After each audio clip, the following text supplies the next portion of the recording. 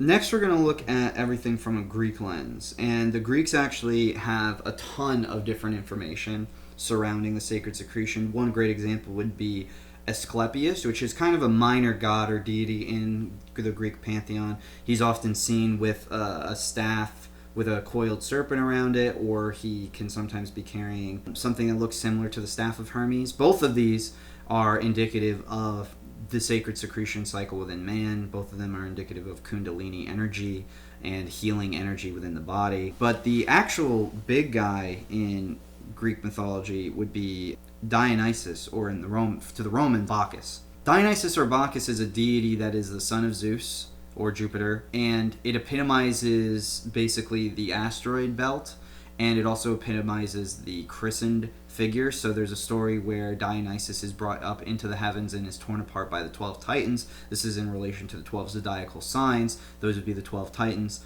And the breaking apart of these things is due to gravitational force. So essentially, the destroyed aspect in our local solar system, being the asteroid belt, is a reflective analogy of the Christ seed and the christened oil within our bodies, which gets not necessarily destroyed, but it gets alchemically transformed due to its own death and rebirth destruction within the body.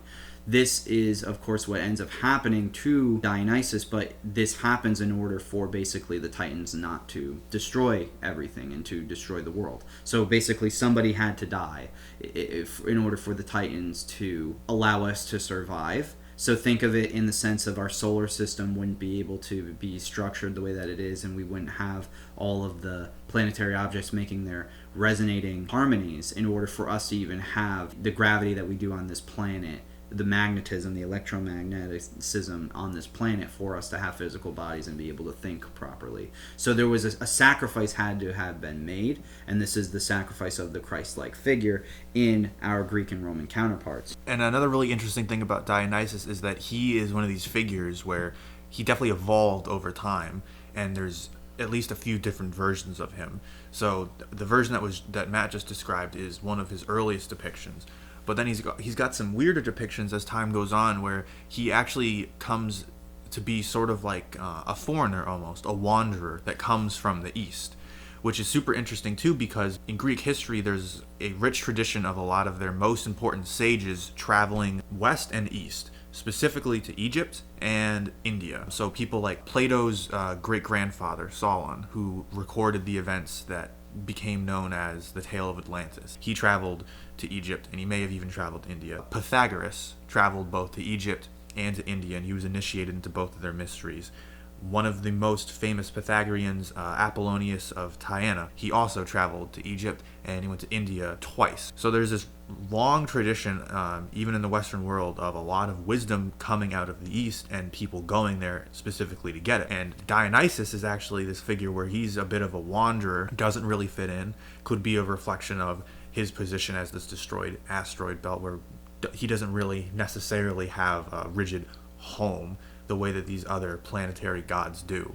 But he comes from the East, and typically that depiction of him has a very popular symbol that's associated with him and his mysteries, which is, we will find the name for you to put up for you right now, but is essentially a staff that typically has a pine cone at the end of it, and it sometimes either has a vine or a ribbon associated with it too. And it has similar properties to the rod of Asclepius or the caduceus, where it has healing powers, but in the case of Dionysus, it also potentially has the power to put you into a state of frenzy, which is something was associated with the mysteries, particularly his female, I guess, acolytes or priestesses, where there was a big focus on the frenzy of intoxication.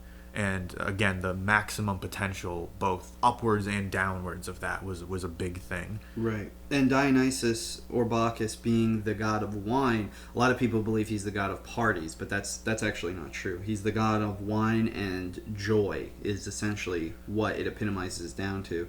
And so with all these combined aspects, you find that Dionysus or Bacchus ends up becoming this illuminated Christ-like figure in the Greek pantheon.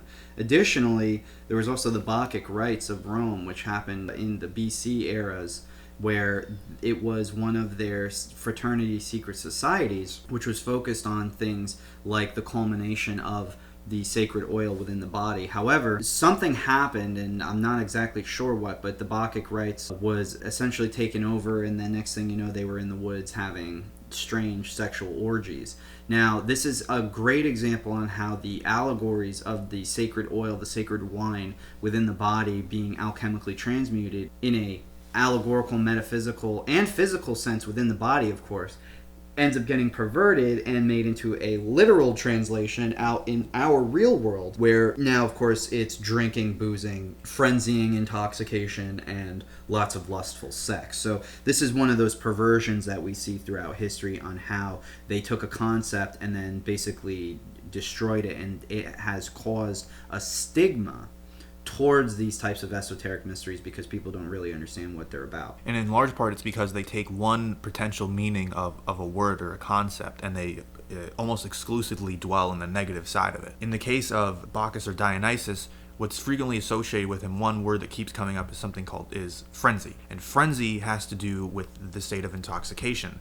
And what's funny is that the root words for not only Odin, but the root word for God in the English language comes from a root word meaning, etymologically, frenzy. And it seems a little confusing because typically in the Western world, when we hear frenzy, it almost always has a very, very negative connotation. We think of barbarians or intense anger and rage to the point of seeing red and not being able to hear reason anymore. But really, that's not all frenzy actually is. That is the negative side of it, because when they say frenzy and they're talking about it, there is a positive side to it, and it may sound a little strange, but there is a form of that takes place when people get really, really, really, really giddy. And frenzy doesn't have to just mean anger or rage. It has to do with an intense state of hyperactivity, of super, super high vibration that has a tendency to tip into the dark side in the form of anger or debauchery or completely losing control. But really what it's about is when you really start to understand a lot of this stuff, maybe some of you have felt it, it's this intense hyperactivity of you just need to share this stuff with someone. You are just so excited and thrilled by this stuff that you're seeing and discovering. It's a feeling of you want to tell someone, but there's no one you could possibly tell. And it doesn't mean that people don't understand it. It's just this very difficult feeling to describe where you really, really feel this intense urge to share this energy and this knowledge, but you don't necessarily always have like a perfect outlet for it. So you're just absolutely buzzing. And again, it has nothing to do with anger. And if you look into the word frenzy and the root of it and why it evolved into the names for Odin and for God, you'll find that really it doesn't inherently have anything to do with just anger. It's a sort of modern invention and interpretation and everything. And one other story in Greek which has a pretty big reflection with humans and sacred secretion would be the story of Perseus. The Milky Way galaxy falls in line with the Perseus constellation. So the Greeks looked up in the sky and they named that constellation Perseus that runs through the galactic center because the story of Perseus is actually the story of you. In essence, Perseus goes and slays Medusa, Medusa being the medulla oblongata, it's the lower brain, it's the lower mind. Perseus uses a mirror, so it's reflection, it's reflectivity to look into himself and destroys his lower self. When he slays Medusa, Pegasus and another guy, some golden thing comes out of it. This represents like Christ oil. Okay, so when he slays the lower mind, you have a elevated horse. You have this horse with wings. Of course, the Pegasus constellation is in the sign of Pisces, which rules the pineal gland. And then you have the other golden thing, which I can't remember what it's called, but it's called like a crystal door or something like that. It has the word Christ in it. And so Perseus then is helped by Athena, goddess of wisdom. He's helped by Mercury, another god of wisdom. And Mercury, of course, has the caduceus. And all of this is paramount to what Perseus is trying to do. He ends up saving his woman Andromeda, which is another galaxy that was named in the sky. And he ends up defeating the serpent in the ocean. He ends up going back and recovering his homeland. He defeats the old evil king, just like Horus defeats Set. He takes over the land. He saves his mother, who was being raped by this evil king. And he gets married and he has his own kingdom. Perseus is you. You are supposed to be Perseus. You are supposed to be the epitome of the illuminated man. And this is another big reason why the Greco-Roman pantheon is critical to understand and really study, so that we can get deeper details on these types of stories that they clearly knew about. I mean, there's a lot of other stories that we could get into, but that's where we'll leave it for now.